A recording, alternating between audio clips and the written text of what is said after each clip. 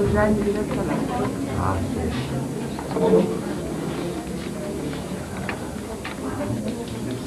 bom, nós hoje então vamos ver o nosso terceiro ponto, que se intitula Um princípio fundamental, aspiração à liberdade da escrita. E realmente trata-se de um princípio fundamental, porque talvez não apenas fundamental para o conhecimento do romantismo, mas é fundamental para o ponto de vista em que nós nos colocamos nesse curso. Porque realmente, talvez o que haja de essencial na relação do romantismo com a modernidade seja esse problema da liberdade da escrita. O romantismo se abre, de certa maneira, sob o signo da liberdade. Uma das imagens mais bonitas que eu conheço em literatura é a famosa imagem de Victor Hugo dizendo: eu pus um barrete frígio no dicionário. O senhor sabe que o barrete frígio é aquele barrete republicano vermelho que se usava na Revolução Francesa. É o barrete da liberdade. Eu pus um barrete frígio no dicionário. Quer dizer, em vez de eu ser obrigado a usar apenas aquelas palavras determinadas pela norma, corcel em vez de cavalo, cão em vez de cachorro, todas as palavras são boas. Eu pus o barrete da liberdade no vocabulário. Essa imagem de Victor Hugo, que é belíssima, uma imagem extremamente fecunda, historicamente muito importante, nos introduz bem nesse mundo de grande libertação que foi a literatura romântica. Em primeiro lugar, os senhores notem, antes de mais nada, pelo fato de acabar a tirania de uma determinada literatura sobre as outras. Porque até então havia a literatura grega e a literatura latina, que eram as literaturas. O resto, tudo era sociedade. E qualquer literatura, qualquer escritor que se prezasse, tinha que se modelar diretamente sobre a literatura grega, sobre a literatura latina. Sobretudo, a partir do Renascimento, século XVI, século XVII, elas imperaram de uma maneira absoluta. Agora, a partir do século XVII, houve uma complementação muito curiosa.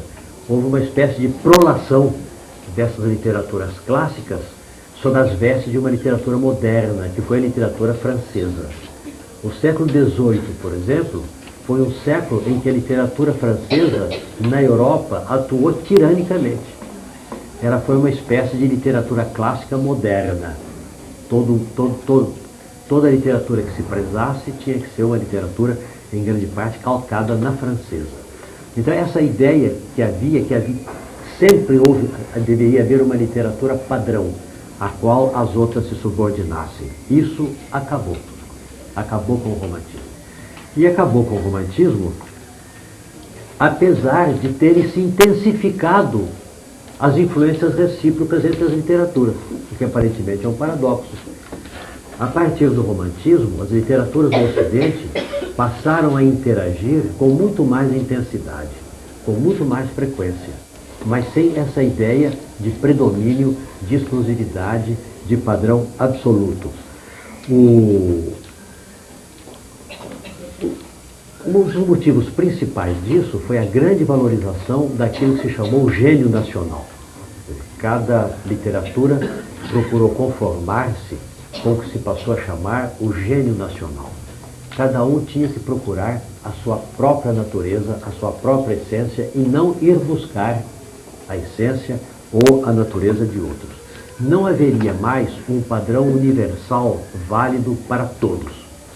Deveria haver a busca de padrões específicos, se for possível falar assim, de padrões que sejam adequados, que sejam ajustados à realidade de cada país. Isto promoveu concomitantemente uma grande libertação nos meios expressivos. Os meios expressivos ficaram muito mais flexíveis, ficaram muito menos impositivos.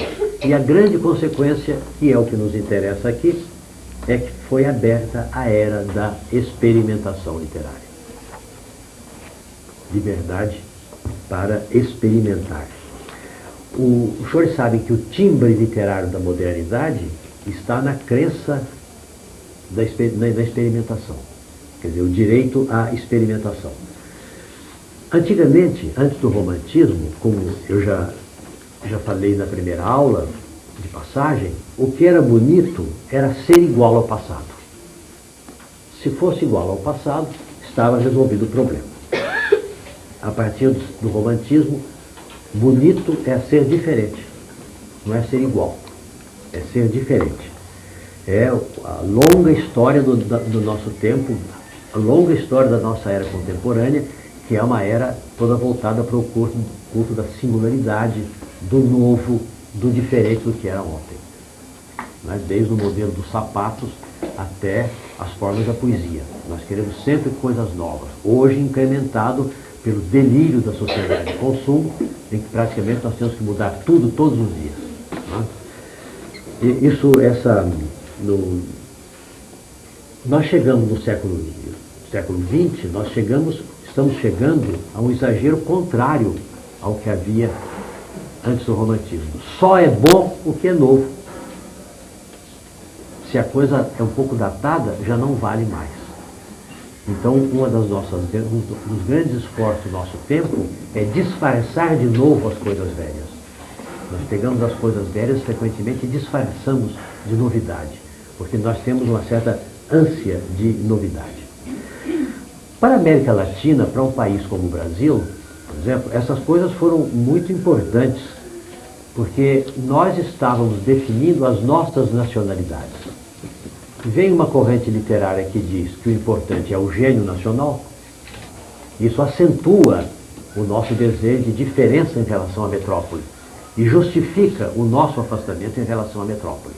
O romantismo foi, nos países da América Latina, além do mais, um grande fator político de libertação. O romantismo justificou e sancionou a procura da peculiaridade nacional. Isso posto, vamos agora atenuar um pouquinho, como é sempre necessário fazer. Eu estou falando, para começar, como se antes do romantismo não houvesse experimentação literária. Os senhores sabem que não é verdade. Não há literatura sem experimentação. Toda literatura se faz na base da tentativa de novidade, na base da busca de coisas novas, na base da descoberta. O importante é a proporção dentro do movimento literário. Antigamente, as inovações eram mais discretas, menos frequentes e mais duradouras. A partir do romantismo, elas se tornaram aceleradas, elas se tornaram o próprio timbre da grandeza literária. E mais ainda, antigamente a inovação não era assumida. Existia, mas não era assumida. Não era uma categoria aceita, enquanto que a partir do romantismo a inovação passou a ser não apenas uma categoria assumida, mas a mais respeitada das categorias. Vamos ver, para poder pôr um pouco de grão de sal nisso, vamos ver como ocorria a inovação antes do romantismo. Os senhores tomem um autor clássico tão estrito quanto Racine. Racine, que é praticamente um paradigma de autor clássico. Não é? Racine era também, como todo escritor de porte, um inovador. Ele usava os modelos da antiguidade. Ele ia buscar nas peças do teatro clássico grego modelos para as suas próprias peças. Mas os sentimentos que ele punha ali eram os sentimentos correntes do seu tempo.